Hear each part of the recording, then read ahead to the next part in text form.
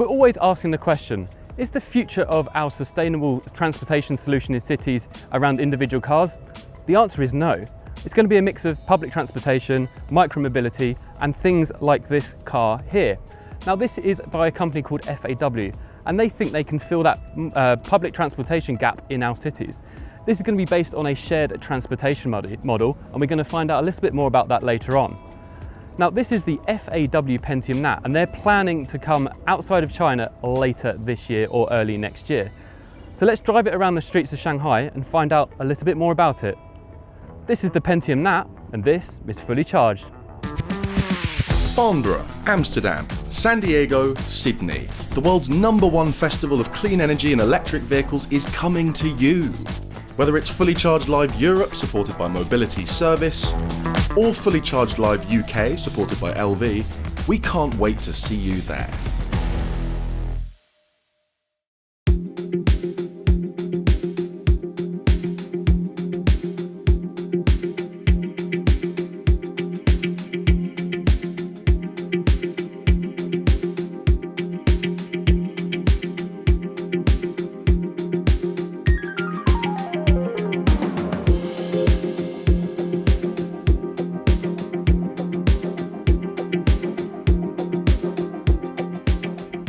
FAW Pentium and NAT. What on earth am I talking about?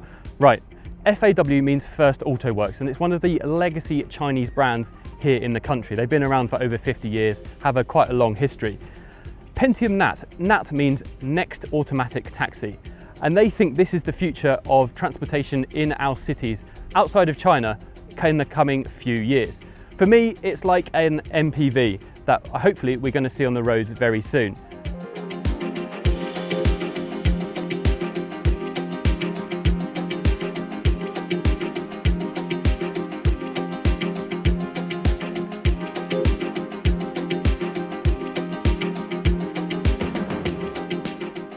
So we're actually driving around a small city now, and in the south of Shanghai, and you know, the driving experience is pretty good. In this position right here, I'm actually really enjoying it. I've got a lot of visibility out the windows. It's very just simple to understand and get in the car. This is the first time I've actually driven it, so these are really my first impressions. And you know, it's very simple and easy to drive. Now, interestingly, this has a 55 kilowatt hour battery, which isn't a huge amount, so it does about 350 to 360 kilometers of NEDC range. So not bad, but you're going to be charging this car if you're on a taxi run anyway. So I've got really good visibility actually. As I look out the windows, I can see down this side, down the other side, and that's exactly what you want kind of in a taxi in a city like Shanghai. Now this is not going to set any records for speed. It does 0 to 60 in about 10.8 seconds. Definitely not a fast car. This is for efficiency only. Now it does have 3 driving modes. It's got regular, eco and eco plus. There isn't a great deal of difference between those 3 modes. I think there's slightly more regenerative braking on eco plus, so that's the one we're on now. So if I take my foot off accelerator, you know, it slows down. You can do 1 pedal driving with this, and I think most taxis in the city doing low speeds will probably be doing that.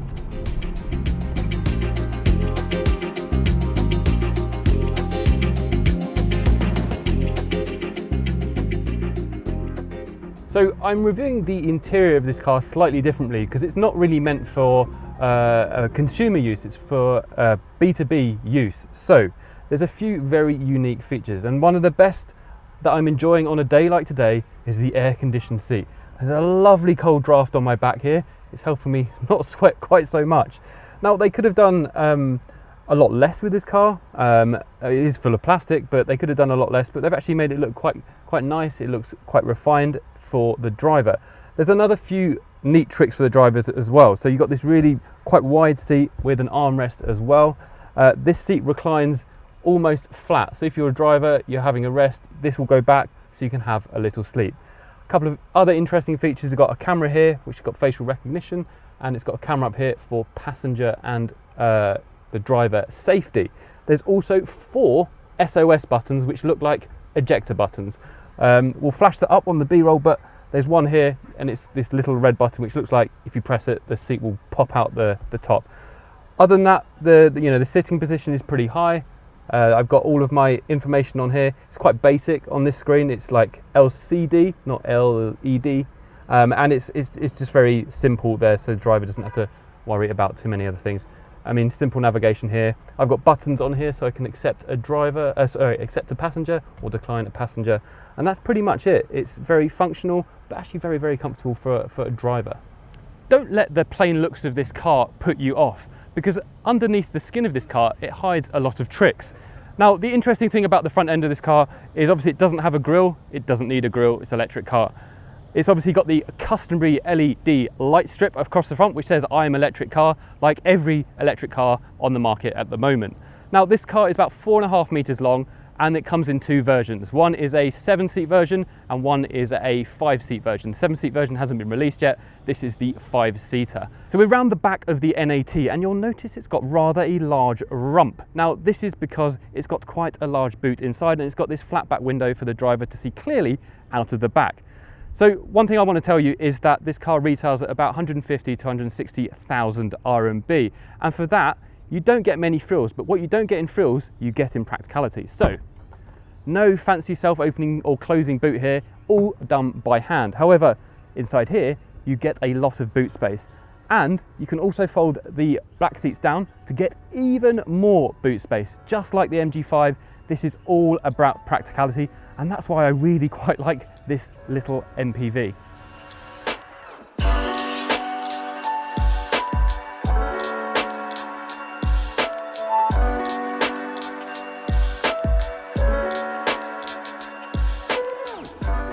So the interior of this car, I said before, it's actually been designed quite well. However, the materials do feel a little cheap.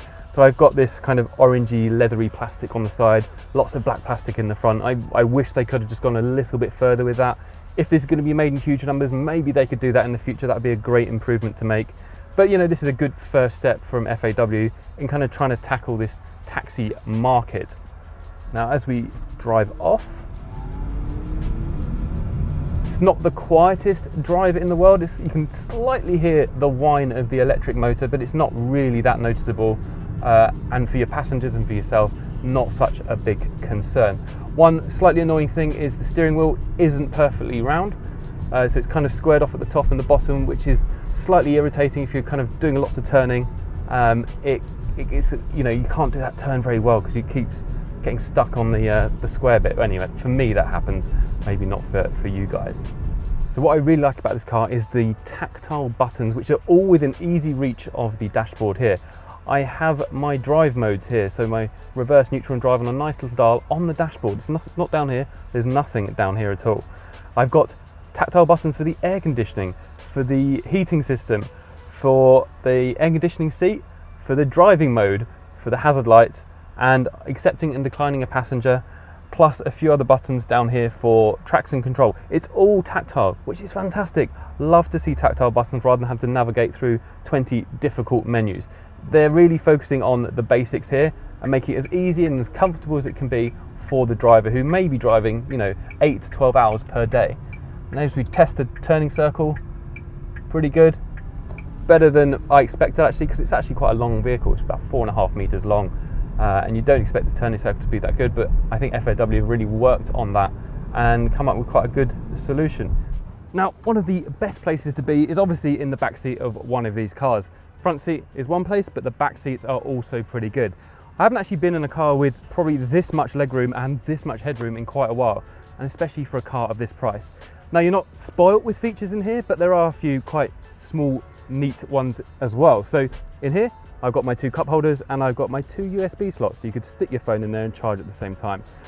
And the other interesting part is that this chair here, so first of all, it does 2 things. It does this, so it slides forward, giving even more legroom should I need it.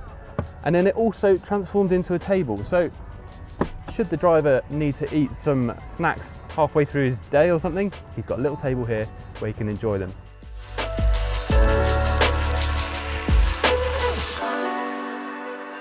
This isn't the best car in the world. It's not the fastest, it's not got the biggest battery, it's not the cheapest, it's not the most expensive. That very middle of the road kind of taxi that people can buy, and they can start to convert their fleets of taxis in cities from potentially gasoline or ICE vehicles into something like this.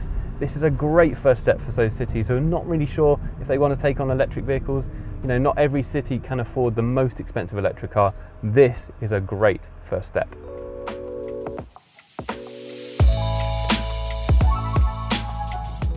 So, do I think this is the future of transportation in our cities? Well, yes and no. I think cities that are screaming out to electrify their taxi fleet, for example, this would be fantastic at that. It's practical and it's quite cheap as well. However, I think they miss a few tricks. I think that the interior is not as comfortable as it could be, and there's not as many sustainable materials as I would like to see on the inside. I think they could probably push that a little bit further. It's lots of quite cheap plastics. However, as an overall package for that price and the practicality, I think FAW have done a fantastic job of delivering this car. So that's all we've got time for today. I hope you've enjoyed this video. We've got plenty more coming from China very, very soon. We've got our Patreon links, our YouTube memberships all around this video. And if you have been, thank you for watching. Well, I hope you enjoyed that episode. We are so thrilled to have Elliot on board as one of the team. He is absolutely amazing. He's done some incredible videos in the past. There is one of them there, a real classic. Here is our latest episode, which may include Elliot. Up there, you can subscribe and support Elliot. And up here is the Patreon link that helps us all keep in touch and keep making shows with Elliot.